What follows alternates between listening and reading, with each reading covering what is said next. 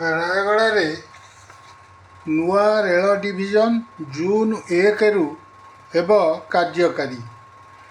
ରାୟଗଡ଼ାରେ ନୂଆ ରେଳ ଡିଭିଜନ ଜୁନ୍ 1ରୁ କାର୍ଯ୍ୟକାରୀ ହେବ। ରାୟଗଡ଼ା ଡିଭିଜନ ଏନେଇ କେନ୍ଦ୍ର ସରକାରଙ୍କ ପକ୍ଷରୁ ଗେଜେଟ୍ ନୋଟିଫିକେସନ୍ ଜାରି ହୋଇଛି। ଏହା ଓଡ଼ିଶାର ରେଳ ସଂଯୋଗ, ପରିବହନ ସୁବିଧା ଓ ଆର୍ଥିକ ଉନ୍ନତିକୁ ବୃଦ୍ଧି କରିବ। ଏହାଛଡ଼ା ଦକ୍ଷିଣ ପୂର୍ବ ରେଲୱେ ମଧ୍ୟ ନୂତନ ଭାବେ ଆରମ୍ଭ ହେବ। ପୂର୍ବତଟ ରେଳବାଇ ଓ ଦକ୍ଷିଣ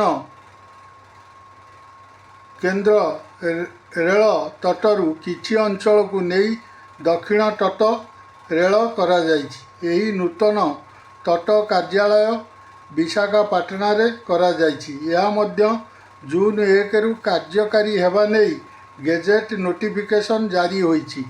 ଗ୍ୱାଲିୟର ଡିଭିଜନ ଦୁଇ ଭାଗ କରାଯାଇଛି। ଗୋଟିଏ ଭାଗ ରାୟଗଡ଼ା ଡିଭିଜନ ଯାହା ପୂର୍ବତଟ ରେଳ ଅଧୀନରେ ରହିବ।